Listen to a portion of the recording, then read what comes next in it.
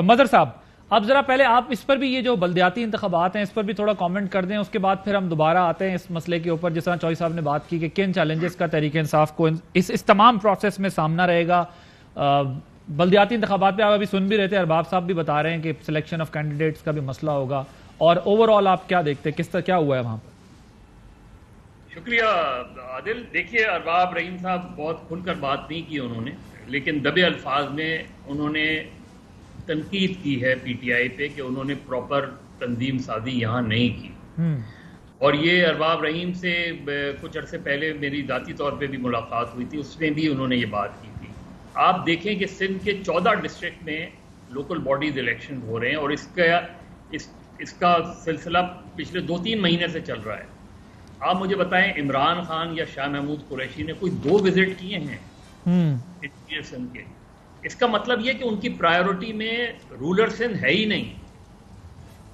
यानी इतना बड़ा इलेक्शन हो रहा है जिसमें 21,000 कैंडिडेट्स हैं, 6,700 के करीब जो है वो सीट्स पे इलेक्शन हो रहा है, और पीटीआई सिर्फ बयानात सुन लें, कराची में बैठ के बयानात उनके सुन लें, लेकिन ये है नॉन सीरियसनेस। और फिर ये बात करते हैं पीपल्स पार्टी वहां क्यों नहीं जीतती, क्यों नहीं जीते?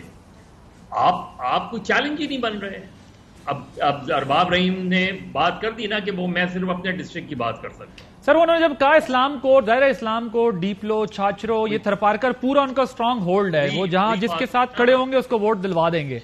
आपने ठीक कहा कि दूसरे डिस्ट्रिक्ट्स के अंदर भी उन्होंने इशारा दिया अगर स्ट्रांग लोग हमारे पास नहीं हुए तो जाहिर शहरों में, अर्बन एरियाज में तो इमरान खान साहब का नाम या सिक्का चल जाएगा, लेकिन रूरल सिंध के अंदर, अंदरूनी सिंध के अंदर ये इशू रहेगा। यही प्रॉब्लम है कि आप जो है ना वो सिलेक्शन, अच्छा ये भी अब आप ओवरऑल अगर बात कर लें तो जिस तरह चौधरी साहब बात कर रहे थे, देखिए आपने इमरान खान साहब ने मेरे नुक्ते नज़र से अभी 1-2 दिन पहले जब परेड ग्राउंड का फैसला किया ना जलसा, इसका मतलब है आप जो है वो पीछे हट गए हैं, आप चले गए हैं डिफेंसिव पोजीशन पे। आपने 25 मई को एक एक्सट्रीम पोजीशन ली, उसके कॉन्सिक्वेंसेस कुछ भी हुए, गवर्नमेंट ने उसको सख्ती से निमटने की कोशिश की, जो है रियासती हरबे इस्तेमाल किए, लेकिन उसके बाद आप इस हद तक पीछे हट गए कि उसके बाद आप कोई कॉल ही नहीं दे पा रहे। और सिर्फ कॉल नहीं, आपका कोई एक ऑर्गेनाइज प्लान होता है ना कि आप अगर एहतजाज करेंगे तो उसकी कोई प्लानिंग होती है ना।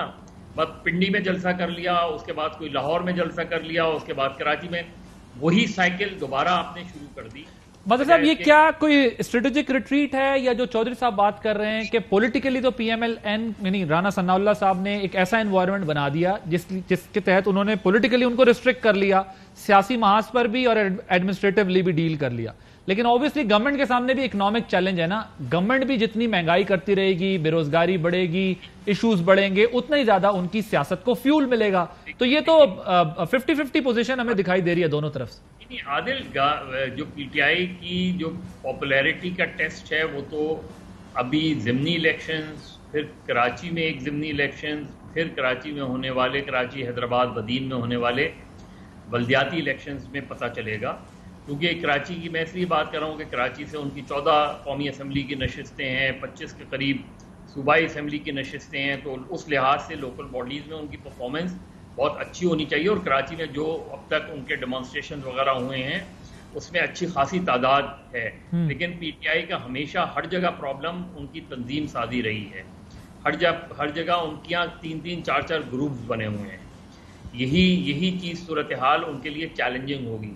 अब उन्होंने जो चैलेंज किया है, अगर उसमें कामयाब होते हैं तो ये बड़ा चैलेंज है। एक ये कि न सिर्फ ये कि ज़िमनी इलेक्शन जीते, बल्कि उन कैंडिडेट्स को हराना और उस नैरेटिव को स्ट्रॉन्ग करना कि जी लोटों को वोट ना दिया जाए, लोटों को हराया जाए हर जगह। अब लोटों को हराने की स्ट्रैटेजी जो है वो ये कि वो सिंगल हैंडेडली कर रहे हैं। ठीक। दूसरी तरफ तो मेरे ख्याल में पंजाब के जो 14 ये जो ज़िमनी इलेक्शंस हो रहे हैं, ये बहुत 20 के करीब, ये बहुत टर्निंग पॉइंट है। टर्निंग पॉइंट उस पॉइंट ऑफ व्यू से कि एक तो जो भी जीता पंजाब गवर्नमेंट उसकी वो बनाने की पोजीशन में आ जाएगा। फिर तो फेडरल में किसी की गवर्नमेंट का जवाब रहता ही नहीं अगर हार गई। यही मैं कह रहा हूँ, क्योंकि पीएमएलएन के लिए भी उतना बड़ा चैलेंज है। अगर पीएमएलएन हार जाती है तो उनका वो सारा बयानिया कि पंजाब में हमारा ठीक, वोट बैंक मैं टैक्ट है और इस पूरे उसमें, तो वो मेरा ख्याल है कि बड़ा चैलेंजिंग इलेक्शन है। चौधरी साहब, आपके ख्याल में वाकई कोई शक नहीं कि पंजाब इस बड़ा मैटर करता है, और अगर पीटीआई जीत गई तो फिर पीटीआई वाकई वापस आ रही है, फिर इसमें कोई शक नहीं। और अगर नून लीग जीत गई तो फिर पीटीआई मजीद पीछे चली जाएगी। ये 19 तारीख को जो एहतजाज किया था इमरान खान साहब की पार्टी ने पूरे पाकिस्तान में, उससे पहले ये फैसला हुआ था कि 19 तारीख को रावलपिंडी इस्लामाबाद के लोगों को परेड ग्राउंड में जमा करवाया जाएगा, इकट्ठा किया जाएगा, और इकट्ठा करने के बाद यहाँ पे इमरान खान साहब खिताब करेंगे। ये पहले बाकायदा प्लान हो गया, लेकिन पूरी पार्टी में से सिर्फ 2 लोग थे जिन्होंने इसकी हमायत की कि हम कहीं ना कहीं से कुछ ना कुछ लोगों को निकाल लाएंगे।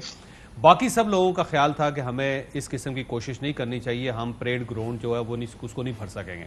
एक सदाकत अली अब्बासी ने कहा कि मैं कोशिश करूंगा और मरी से और रावलपिंडी से लोग ले आऊंगा। इसी तरह दूसरी तरह अली नवाज अवान ने, यानी पूरे अली नवाज अवान और सदाकत अली अब्बासी के अलावा पार्टी का कोई एक भी शख्स नहीं था कि जिसने उसकी हमायत की। लिहाजा उस दिन 19 तारीख को फिर इसको चेंज करके एक मुल्क गिरते एहतजाज का नाम दिया गया।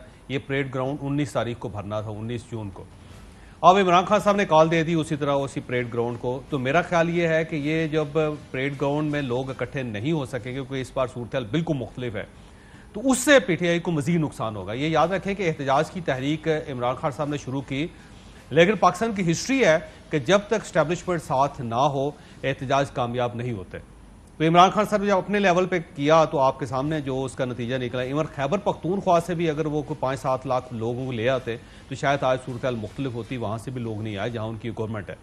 पंजाब से कोई शख्स नहीं निकला जो इस्लामाबाद के लिए आया और रेड जोन तक पहुंचा हो।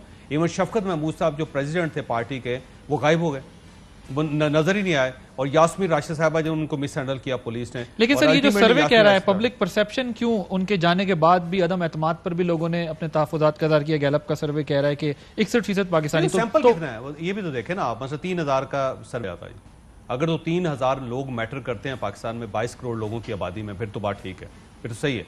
देखिए इसमें कोई शक नहीं कि जब ये गवर्नमेंट गई थी तो इमरान खान साहब ने जब कॉल दी तो लोगों ने उस नैरेटिव को बाय किया था। लेकिन अब 3 महीने गुजर चुके हैं। अब आप देख लें, साजिश का बयानिया पीछे चला गया और इंपोर्टेड गवर्नमेंट उसका पीछे चला गया सारा। और ये कि हम मुल्क को माशी तौर पे अच्छा छोड़ के गए थे, अब ये बयानी में पीछे चला गया। लोग ये पूछते हैं कि अगर आप बहुत अच्छा छोड़ के गए थे तो अच्छा है कहाँ पे? कोई ऐसा तो नहीं है कि गवर्नमेंट आई 2 महीनों में उन्होंने खजाना खाली कर दिया। आखिर वो पैसा अगर था तो गया कहाँ? मुझे